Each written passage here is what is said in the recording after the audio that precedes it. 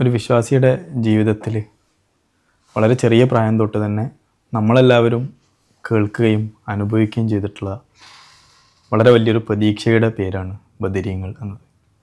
എല്ലാ അർത്ഥത്തിലും ഇത് റമദാൻ 17 അന്ന് നടക്കുന്ന ബദർ ദിനവുമായി ബന്ധപ്പെട്ട പരിപാടികൾ എന്നതിനപ്പുറത്ത് ഒരു ദൈനംദിന ജീവിതത്തിൻ്റെ ഭാഗമായി തന്നെ എല്ലാ ദിവസവും ഒന്ന് വേണമെങ്കിൽ പറയാവുന്ന തരത്തിൽ നമ്മുടെ ഒരു പ്രതീക്ഷയായിട്ട് ബദരീങ്ങളുണ്ട്. വീട്ടിൽ അസ്മാഉൽ ബദർ എഴുതി വെക്കുന്നത് മുതൽ വീട്ടിലെ എല്ലാ പ്രതിസന്ധികളിലും നമുക്ക് ബദരീങ്ങളുടെ പേരിലൊരു യാസീൻ ഓതാം, ബദർ മാല ചെല്ലാം, ബദർ മൗലീദ് ചെല്ലാം, ബദർ ബൈത്ത് ചെല്ലാം. അങ്ങനെ തുടങ്ങുന്ന ഓരോ സന്ദർഭവും വിശ്വാസി എന്ന അർത്ഥത്തിൽ നമ്മൾ ഏത് പ്രതിസന്ധിയിലൂടെ കടന്നു പോകുമ്പോഴും ഇനി വലിയൊരു പ്രതീക്ഷയുടെ ഘട്ടത്തിലേക്ക് വരുമ്പോഴും നമ്മുടെ ഒരു വലിയ താങ്ങും തണലുമായി നമ്മുടെയൊക്കെ ദൈനംദിന ജീവിതത്തിൻ്റെ കൂടി ഭാഗമാണ് ബദരീങ്ങൾ. അത് പുതിയ വീടിൻ്റെ താമസം ആരംഭിക്കുന്നതാവട്ടെ, ഒരു പ്രവാസ ജീവിതം ആരംഭിക്കുന്നതാവട്ടെ, ഒരു കോഴ്സിന് ജോയിൻ ചെയ്യുന്നതാവട്ടെ, അപ്പോഴേക്കും നമ്മൾ വീട്ടിൽ നിന്ന് കേൾക്കുന്ന ഒരു കാര്യം ഒരു ബദർ മൗലീദ് ഓതിയിട്ട് തുടങ്ങാം, നമുക്കൊരു ബദർ മൗലീദ് നേർച്ചയാക്കാം എന്നാണ്. നേരെ തിരിച്ച് നമ്മളൊരു വലിയ പ്രതിസന്ധിയിലേക്ക് പോകുമ്പോഴും നമ്മൾ ഇത് തന്നെയാണ് പറയണത്. അപ്പോഴും രോഗമാണ് അല്ലെങ്കിൽ മറ്റെന്തൊക്കെയോ പ്രയാസങ്ങളുണ്ട്, നമുക്കൊരു ബദർ മൗലീദ് നേർച്ചയാക്കാം, ഒരു ബദർ ബൈത്ത് ചെല്ലാം. ഇതാണ് നമ്മൾ വളരെ ചെറിയ കാലം തൊട്ട് തന്നെ ഇങ്ങനെ പ്രാക്ടീസ് ചെയ്ത് വരുന്ന ഒരു കാര്യം. അത് എല്ലാ സന്ദർഭങ്ങളിലും എല്ലാ വിശ്വാസിയും നമ്മൾ എടുത്തു നോക്കിയാലും നമുക്കതിങ്ങനെ കാണാൻ കഴിയും. നമ്മുടെയൊക്കെ ജീവിതത്തെ മുന്നോട്ട് നയിക്കുന്നതിൽ, നമുക്ക് പ്രതീക്ഷ നൽകുന്നതിൽ, നമ്മളെ ഓരോ ഘട്ടത്തിലും നമുക്കൊരു വിജയം കൊണ്ടുവരുന്നതിൽ ബദരീങ്ങളുണ്ട് എന്ന ഒരു പ്രതീക്ഷയും വിശ്വാസമാണ് നമ്മുടെയൊക്കെ ജീവിതം.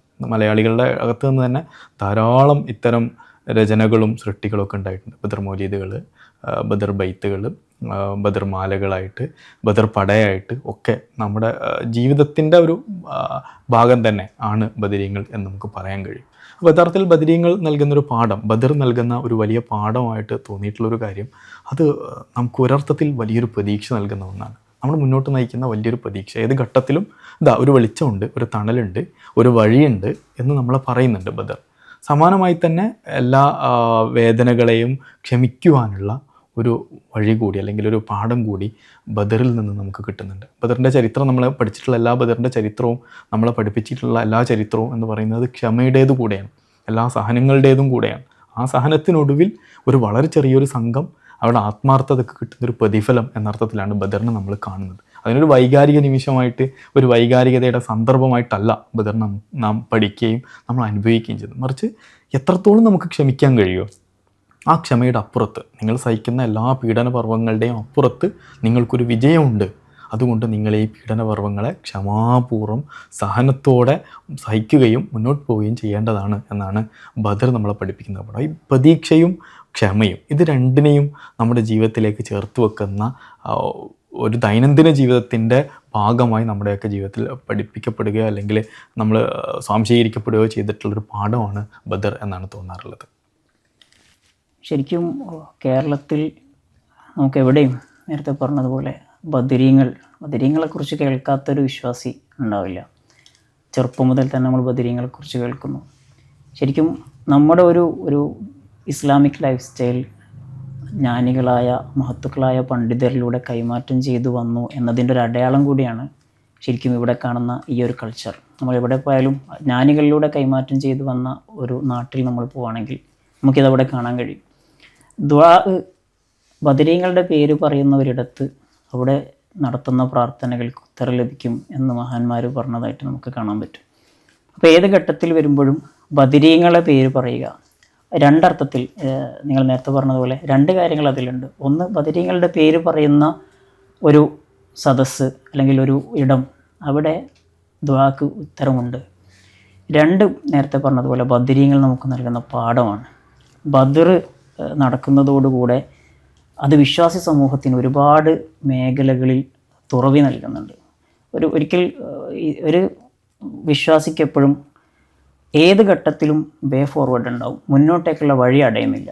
ഏത് ഘട്ടത്തിലും ഒരു വിശ്വാസി അദ്ദേഹത്തിൻ്റെ ജീവിതത്തെ സമ്പൂർണ്ണമായൊരു വിശ്വാസിയായി തന്നെ മുന്നോട്ട് കൊണ്ടുപോകാൻ കഴിയും എന്ന ഒരു ആശയത്തെ കൂടി ബദർ പറഞ്ഞു വെക്കുന്നുണ്ട്.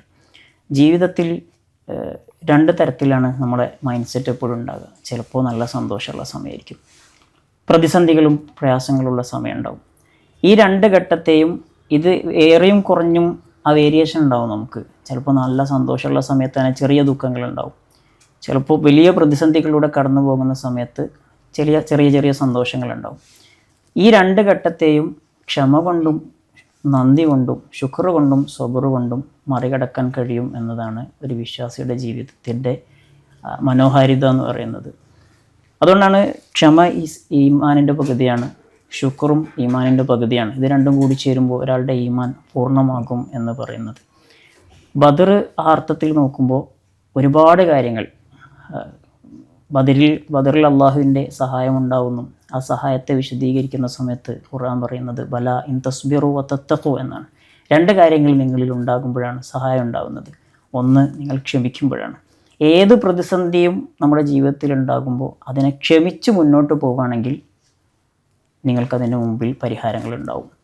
ആ പരിഹാരത്തെ നിങ്ങൾക്ക് വളരെ വേഗത്തിൽ ചിലപ്പോൾ അനുഭവിക്കാൻ കഴിയും. രണ്ടാമത്തത് തഖ്വ ഉണ്ടാവുക എന്നുള്ളതാണ്. ക്ഷമിക്കുകയും എല്ലാം അള്ളാഹുവിൽ അർപ്പിക്കുകയും ചെയ്യുന്ന ഒരാൾക്ക് ജീവിതത്തിൽ എവിടെയും പരാജയപ്പെടേണ്ടി വരില്ല എന്ന വലിയൊരു സന്ദേശം കൂടി ബദർ നൽകുന്നുണ്ട്. ഈ പറഞ്ഞൊരു കാര്യം നമ്മുടെ ചെറിയ ജീവിതത്തിൻ്റെ ഒരു ചെറിയ കാര്യങ്ങൾ തൊട്ട് സാമൂഹിക ജീവിതത്തിൻ്റെയും രാഷ്ട്രീയ ജീവിതത്തിൻ്റെയും വലിയ കാര്യങ്ങൾ വരെ ഈ വർത്തമാനത്തിൽ നിന്നുകൊണ്ട് നമ്മൾ ആലോചിക്കുമ്പോൾ അതിനൊക്കെയുള്ള ഉത്തരമായിട്ട് ബദർ ഇങ്ങനെ ഫീൽ ചെയ്യുന്നുണ്ട്. എന്ന് പറഞ്ഞാൽ ഇപ്പോൾ നമ്മുടെ വ്യക്തിപരമായ ചെറിയ ചെറിയ കാര്യങ്ങൾ പോലും, ഇപ്പോൾ കേരളത്തിൻ്റെ ഒരു ഡാറ്റയൊക്കെ എടുത്ത് നോക്കുമ്പോൾ ഈ ആത്മഹത്യാ നിരക്കിലൊക്കെ വളരെ വലിയ വർധനവുണ്ടാകുന്നുണ്ട്. ചെറിയ കാര്യങ്ങൾ നമ്മളിങ്ങനെ ആലോചിച്ച് നോക്കുമ്പോൾ ഇതിനാണോ ഒരാൾ മരണം തിരഞ്ഞെടുത്തത് എന്ന് തോന്നിപ്പോകുന്നുണ്ട്.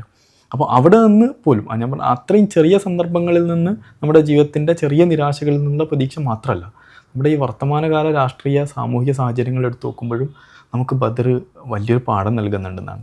ഈ ബദർ നൽകുന്ന ഒരു പാഠം, ഇത് എങ്ങനെയാണ് മുസ്ലിം സമൂഹം ഈ രംഗത്തെ മറികടന്നു പോകേണ്ടത്, മുസ്ലിം സമൂഹം ഇങ്ങനെ ഒരു ശാന്തമായ ഒരു സുഖകരമായ ഒരവസ്ഥയെ പ്രതീക്ഷിക്കുകയാണോ വേണ്ടത്, അല്ല ഈ കാലത്തെ എങ്ങനെയാണ് മറികടന്നു പോകേണ്ടത്, ഈ കാലം എങ്ങനെയാണ് മാറുക, എൻ്റെ ജീവിതത്തിലെ വൈയക്തികമായ ഈ കാലമാവാം, അല്ലെങ്കിൽ സാമൂഹികവും രാഷ്ട്രീയവുമായ ഒരു വിശാലമാർത്ഥത്തിലുള്ള ഒരു കാലമാവാം, ഈ കാലം എങ്ങനെയായിരിക്കും കടന്നു പോവുക എന്ന ചോദ്യത്തിൻ്റെയും ഉത്തരം ഉസ്താദി പറഞ്ഞതിലുണ്ടെന്നാണ് തോന്നുന്നത്. കാരണം അത്രക്ക് ഇന്ന് സങ്കീർണതയിലൂടെ നമ്മൾ കടന്നു പോയിക്കൊണ്ടിരിക്കുകയാണ്. എവിടെ നോക്കുമ്പോഴും ഒരർത്ഥത്തിൽ പറഞ്ഞാൽ ഇങ്ങനെ പലയിടത്തുനിന്നും നമുക്കിങ്ങനെ പീഡനങ്ങൾ ഏൽക്കുകയാണോ, അനുഭവിക്കുകയാണോ, വേദനകളിലൂടെയാണോ കടന്നു പോകുന്നത്, ഇതിനെങ്ങനെയാണ് മറികടന്നു പോവുക, എന്തുകൊണ്ടാണ് നമുക്ക് സഹായം ലഭിക്കാത്തത്, ഇത്യാദി കുറേ ആദികൾ നമ്മുടെ ഉള്ളിൽ ഇങ്ങനെ കയറി വരുന്നുണ്ട്.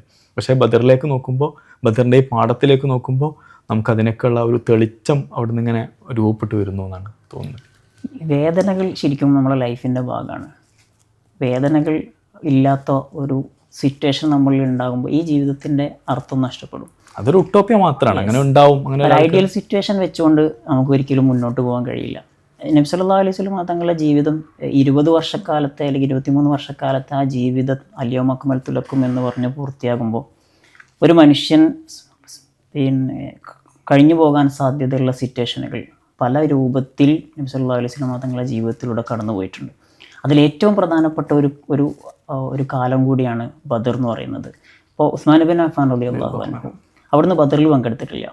പക്ഷേ ബദരീങ്ങളുടെ കൂട്ടത്തിൽ ഉസ്മാൻ ബിൻ അഫ്ഫാൻ റളിയല്ലാഹു അൻഹുവിൻ്റെ പേര് പറയുന്നുണ്ട്. ശരിക്കും ആലോചിച്ചാൽ ഒരുപാട് ആളുകൾ ബദറിലേക്ക് പങ്കെടുത്ത് പോരുന്ന സമയത്ത് ഉസ്മാൻ റളിയല്ലാഹു അൻഹുവിൻ്റെ മനസ്സിൽ വല്ലാത്ത ആഗ്രഹം ഉണ്ടായിട്ടുണ്ടാവും, എനിക്കും ബദറിൽ പോകണം, നബി സല്ലല്ലാഹു അലൈഹി വസല്ലം തങ്ങളുടെ കൂടെ ആ വലിയൊരു ദൗത്യത്തിൽ പങ്കെടുക്കണം എന്ന ആഗ്രഹം ഉണ്ടായിട്ടുണ്ടാവും. ചെറിയ കുട്ടികളായ ആളുകൾ പോലും, സഹാബത്തിലെ ചെറിയ ആളുകൾ പോലും അതിനുവേണ്ടി അതെ വല്ലാതെ ആഗ്രഹിക്കുന്ന ഒരു ഘട്ടത്തിൽ ഉസ്മാൻ ബിൻ അഫ്ഫാൻ റളിയല്ലാഹു അൻഹു പോലെ ധീരനായ, എല്ലാത്തിനും ശേഷിയുള്ള, അത്രയും ഈമാനുള്ള ഒരാൾ എന്തായാലും ബദറിനെ ആഗ്രഹിക്കും. പക്ഷേ നബി സല്ലല്ലാഹു അലൈഹി വസല്ലം തങ്ങൾ നിങ്ങൾ അവിടെ നിൽക്കൂ എന്ന് പറയുന്നുണ്ട്. നബി സല്ലല്ലാഹു അലൈഹി വസല്ലം തങ്ങളുടെ മകളായ ഉസ്മാൻ ബിൻ അഫ്ഫാൻ റളിയല്ലാഹു അൻഹുവിൻ്റെ ഭാര്യയായ റുഖയ്യ റളിയല്ലാഹു അൻഹ അവിടത്തേക്ക് അസുഖം മൂർച്ഛിച്ചൊരു സമയം കൂടിയായിരുന്നു. ശരിക്കും ആ ഒരൊറ്റ ഇൻസിഡൻറ്റിൽ തന്നെ എങ്ങനെയാണ് ഒരു വിശ്വാസി പ്രയോറിറ്റി നിശ്ചയിക്കുന്നത് എന്നുള്ളതിനെക്കുറിച്ചുള്ള കൃത്യമായ പാഠമുണ്ട്. ശരിക്കും ഈ ലൈഫിൽ എപ്പോഴും അങ്ങനെ തന്നെയാണ് ഉണ്ടാകുക. ചിലപ്പോൾ നമുക്ക് ഒരേ സമയം തന്നെ 2 കാര്യങ്ങൾ ചെയ്യേണ്ടി വരും. ആ ചെയ്യേണ്ടി വരുന്ന ഒരു ഘട്ടത്തിൽ ഏതിനെ പ്രയോറിറ്റൈസ് ചെയ്യണം? ഇത് നബി സല്ലല്ലാഹു അലൈഹി വസല്ലം തങ്ങളവിടെ പഠിപ്പിക്കുകയാണ്. സ്വന്തം ഭാര്യ അസുഖബാധിതയായി കിടക്കുന്ന ഒരു ഘട്ടത്തിൽ നിങ്ങൾ പ്രയോറിറ്റൈസ് ചെയ്യേണ്ടത് ആ ഒരു ഘട്ടത്തിൽ അതിനാണ് എന്ന് നബി സല്ലല്ലാഹു അലൈഹി വസല്ലം തങ്ങൾ അവിടെ പഠിപ്പിക്കുകയാണ്. ഇങ്ങനെ ബദറിൻ്റെ ഓരോ ചെറിയ ചെറിയ ഇൻസിഡൻറ്റുകൾ എടുത്താലും എല്ലാ ഇൻസിഡൻറ്റിലും വായിക്കുന്ന ഒരാൾക്ക് അവരുടെ ജീവിതത്തിൽ പകർത്തേണ്ട കുറേ കാര്യങ്ങൾ ബദറിൽ നിന്ന് നമുക്കിങ്ങനെ വായിച്ചെടുക്കാൻ പറ്റും. നേരത്തെ സൂചിപ്പിച്ചതുപോലെ അമയ്യത്തവക്കൽ അലല്ലാഹി ഫഹുവ ഹസ്ബു, അതാണ് ഏറ്റവും വലിയൊരു മന്ത്രം, ഒരു വിശ്വാസിയുടെ വിജയമന്ത്രമാണത്. ഇത്രയും ചെറിയൊരു സംഘം വലിയൊരു ദൗത്യത്തിന് വേണ്ടി പുറപ്പെടുന്ന ഒരു ഘട്ടത്തിൽ അവരുടെ കയ്യിലുണ്ടായിരുന്ന ആയുധം 2 ആയുധം നമുക്ക് സ്പെസിഫിക്കലി പറയാൻ കഴിയും. ഒന്ന് തവക്കുലാണ്, അള്ളാഹുവിനെ ഏൽപ്പിക്കുന്നു. ആ ഒരു ഏൽപ്പിക്കൽ അത് മതിയാവും, ജീവിതത്തിൽ നമുക്ക് മുന്നോട്ട് പോകാനുള്ള വഴി അവിടെ തുറന്നു കിടക്കും. രണ്ടാമത്തത് ദുആ ആണ്, പ്രാർത്ഥന. അതാണ് ഏത് നിമിഷവും നമുക്ക് മുന്നോട്ട് പോകാനുള്ള വഴി. കാരണം അത് മുറിയാത്തൊരു കണക്ഷനാണ്. നമ്മൾ ആരുടെയും സഹായം ചോദിച്ചാൽ അത് കിട്ടുമോ കിട്ടൂലേ, അതവർ കേൾക്കൂലേ എന്നതൊക്കെ നമ്മുടെ മുമ്പിൽ ആശങ്കയായിട്ടുണ്ടാവും. ഇത് കേൾക്കുമെന്ന് ഉറപ്പുള്ള, നമുക്ക് പ്രതീക്ഷയോടുകൂടി ഏത് സമയത്തും സമീപിക്കാനുള്ള നമ്മുടെ സൃഷ്ടാവ് എന്നൊരർത്ഥത്തിൽ കാണുമ്പോൾ ആ ദുആഇനുണ്ടാവുന്ന ഒരു അറ്റാച്ച്മെൻറ്റിൽ നിന്നുണ്ടാകുന്ന ഒരു വിളി, നബി സല്ലല്ലാഹു അലൈഹി വസല്ലമ തങ്ങൾ ദുആ ചെയ്യുന്നുണ്ടല്ലോ, അല്ലാഹുമ്മ ഇൻ തുഹ്ലിക ഹാദിഹിൽ ഇസാബ, ഈ ഒരു സംഘം ഇങ്ങനെ ഇവിടെ നിന്ന് പിരിഞ്ഞു പോരേണ്ടി വരികയാണെങ്കിൽ എന്ന് പറയുന്ന ആ ദുആ, ആ സുദീർഘമായി നബി സല്ലല്ലാഹു അലൈഹി വസല്ലമ തങ്ങൾ അവിടെ ദുആ ചെയ്യുന്നുണ്ട്. അപ്പോൾ ആ ദുആ ഉണ്ടാക്കുന്ന ഒരു ആത്മവിശ്വാസം. ഒരേ സമയം തന്നെ ബദരീങ്ങളെ പേര് പറയുന്നു, അതിനുശേഷം അള്ളാഹുവിലേക്ക് കരങ്ങൾ ഉയർത്തി നമ്മൾ നമ്മുടെ കാര്യങ്ങൾ പറയുന്നു. അതുണ്ടാക്കുന്ന ഒരു ആത്മവിശ്വാസം, അതാണ് ശരിക്കും ബദർ നമ്മളിൽ ബാക്കിയാക്കുന്നത്.